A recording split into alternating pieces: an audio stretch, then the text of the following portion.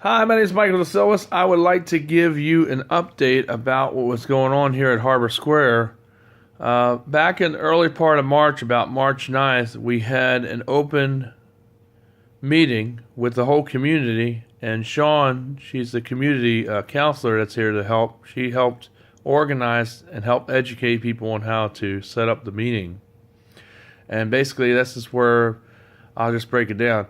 The setup of the meeting means what I'm saying is that this is where they appointed people to be like president, vice president, secretary, chairman, officer of arms, not firearms, jokingly, but trying to keep people keep the order of the meeting, that sort of thing. And so basically, what happened there is we had our meeting. We first talked about some of the issues that we'd like to discuss or address. One was about plastic and recycling, and what was one issue that was brought out. Another thing that was brought out was about about how the maintenance man likes to put the trash in all our dumpsters, and it seems to take up most of the dumpster, and there's no room in there for everybody to put their trash. And those were some of the things we talked about. There were other things that were discussed, and then there was an election of officers. Well, I was elected as vice president here of Harbor Square Community. And I make the joke of me only being president for 2 weeks, but it's really, it's not a joke, because that's really what happened. Let me explain. We had a meeting, and I was voted vice president, and Sue was voted president of the community, committee here, and I was vice president of that committee.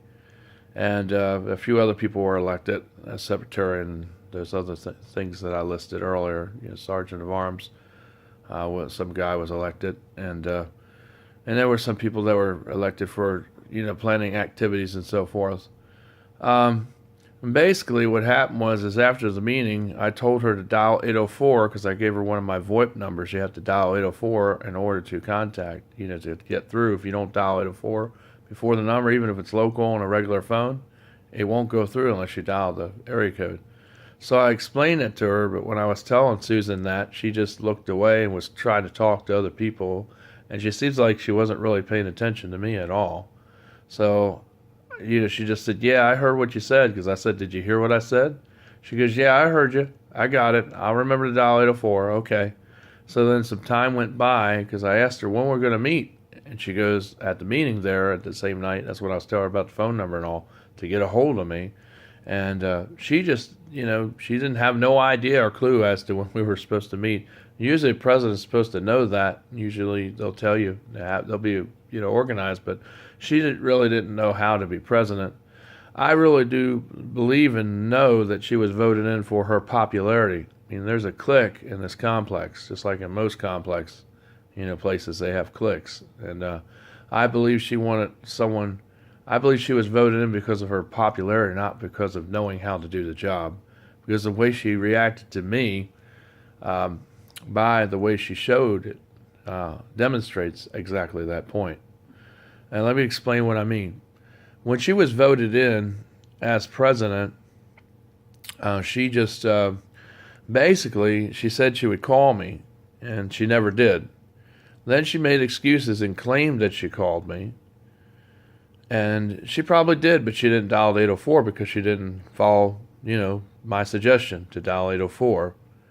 And that's why she never got a hold of me. She claimed that my line was down, which was not down. And she said, she's just after about 3 or 4 times, she just gave up. Then they had a secret meeting to vote me out, even though I was here. I was not present at that meeting, so therefore I was voted out. And I was sideswiped. She elected some black lady by the name of Becky, and she's taken the place of me because that's one of her friends in her clique who she voted in as vice president to take my place on the committee. I did not have a fair say to say anything. I've asked her, I went over to her house, her apartment over here, and she wasn't home, or she just wasn't answering the door a couple times since then. I even spoke to her twice, and when I found out that I was removed from the office, this is what's really funny. It's not really funny, but I had to find out when we were saying farewell to Greg, our maintenance man who left to go to Washington. He left, and then when I went there, that's when I found out they voted me out of my position, and I had no idea that I was even voted out, until then. She never sent nobody over here to talk to me, to back up before the meeting. She never sent no notification to me. She never came here to knock on my door. She never, sent someone else. If she couldn't get up the stairs, if that's her excuse, she couldn't climb the stairs, she could have got someone else to come up here to talk to me, see if I was okay. Because I could have been injured, but I wasn't. I could have fell, but I didn't. But, that's just how these people operate here, in a disorganized, functional manner. They don't know how to talk to people. They've lost their ability on how to use social skills, basic social skills. They act like a bunch of kids, and they don't act like adults. And she doesn't have a clue on how to be a president. And basically what she did, she jumped the gun. She never sent anything out here to say if I was okay or to see if I was okay. She never gave me no notice of any kind. When I went to the meeting, that's when I found all these revelations. And then when I explained to her, I said, well, did you remember to dial 804 like I suggested for you to do? She said, you never said that to me. I said, yeah, I did, because Kathy was right there beside me when I said it to her. She remembers me saying it very clearly and distinctly. Kathy Tucker, that's in this building, she was sitting there right beside me at the meeting. And she said, yeah, she remembers me saying that to her, because she was right there. And, she, me and Susan, denied it. She said, no, I don't remember you saying that at all. You didn't say nothing to me of that effect, because she was, like I said, she was talking to other people. She wasn't really paying attention to me. She was trying to have a bunch of conversations going on when I was talking to her, so she's like she didn't hear what I said. Because I repeated it to her twice, and even though people, when they listen to you, they need to look at you, she wasn't really looking at me, so she had this planned. I think her plan was to get me upstage, to sideswipe me, just have Becky in there, because she wants Becky to be in there because she's a lady, and she knows her and Becky will help her. And, will help her do all the work, basically, because she don't know a clue on how to do any of that stuff. So Becky will do all that for her. And that's why she appointed her. I would have done it too, but, I just felt like, I was pushed out. And then I went to the office here to talk to Miss Shawn, and that was about over 2 weeks ago. I haven't heard nothing about it. I explained the whole situation to her, like what I just said to you here on the video. And she said that she would let me know and get back in touch with me when we would be able to have a mediation hearing. Well, she's never called me back on the phone. I gave her my number where she could contact me, and she's never called me or left any messages. And it's been over 2 weeks. So I thought that was really strange about her behavior. They had a secret meeting about 3 Tuesdays ago, regarding about me, was probably discussed, and probably about the other rules, because they said that at the last meeting. And I wanted to say something about those second meetings that we had. When I went there in the meeting, I was sitting there, and she told me when I got a hold of her finally the third time, they were all out in the gazebo. Before we get to this meeting, I forgot to tell this detail.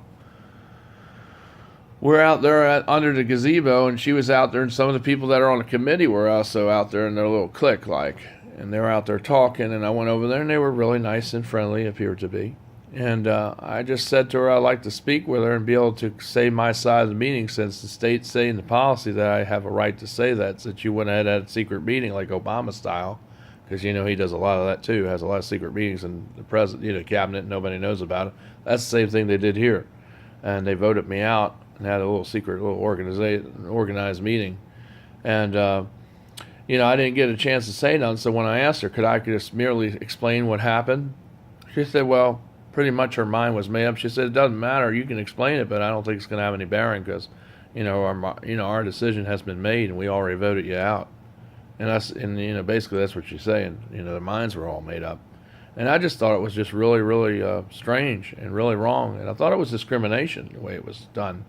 Because that's pretty much what discrimination is, when you discriminate somebody about their disability. And even before the second meeting that we had, I haven't got to that, but I'm going to get to it. I'm just remembering more things she said. She goes, Michael, you're a lot more mentally disabled. Your condition is a whole lot more worse than mine. And I said, well, what do you mean by that? I said, what are you talking about? Well, it is. I mean, your mental disability is way more worse than mine, is what Susan said. I said, well, what do you mean? You talking about my mind? Oh, no, I didn't say that. I said, what do you mean? Explain. Just tell me what you mean. She wouldn't tell me. So, that's what she was implying, that it was about my mind. That's why I say the way they did it was discrimination. And that's what they did. So, I am going to go to VOPA, I think, next week, because I haven't heard anything about it. And I'm definitely going to get them involved. I'm going to take these people to court on the committee. I think that's what's going to happen here. And it's non-profit, it's based on income, so they'll cover that, because they cover what things that happen in the part. If you're living somewhere and you feel like you're mistreated, that's where they get involved. And if it's something like if you're working for an employer, that's where they get involved. So I'm going to contact them this week, probably today or tomorrow, because Sean never called me back, and they already had their meeting and already met together with their little meeting with powwow with Nancy and with Sean and with Kristen, and they all met together there, and I haven't heard anything more about it. So I'm definitely going to have to take this to VOPA. And I don't want to do that, because I said I don't want to do this. I hope we can work this out rationally and like adults and civilly like adults, because I don't think the way this was done like in an adult manner or a rational manner, the way people behaved. And like when I was asking Susan, she's like, well, I don't care. You should have known that I needed you. That's what she said before the first meeting. I forgot that detail. And then she said it again. She just went back to the same excuse.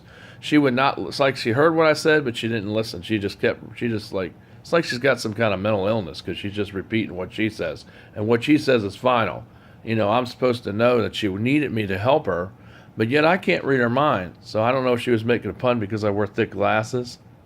Or like she thinks I got a crystal ball and I know what she's thinking before, and I'm supposed to just come over there. I had no idea, because she never got through or sent anybody over here to talk to me.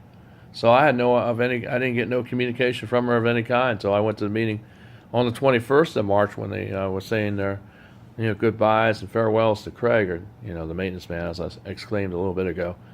And to go and fast forward to the meeting, when I talked to her under the gazebo before we get to the second meeting, that's the same thing she said. She said, well, you should have known. And I don't know how I'm supposed to know. She never got a hold of me. So, but she says in her mind, in her mental illness type of mind, I guess she feels like I should be able to read her mind. Like I have mental telepathy, and I'm God, and I'm supposed to know what she's doing, even when I don't know, because I don't have that ability. But that's what she's insinuating, like she made a comment, pun towards my glasses. And she was saying I'm supposed to know because I wear thick glasses. And then she made that kind of pun. She didn't say that, but that's what she was implying.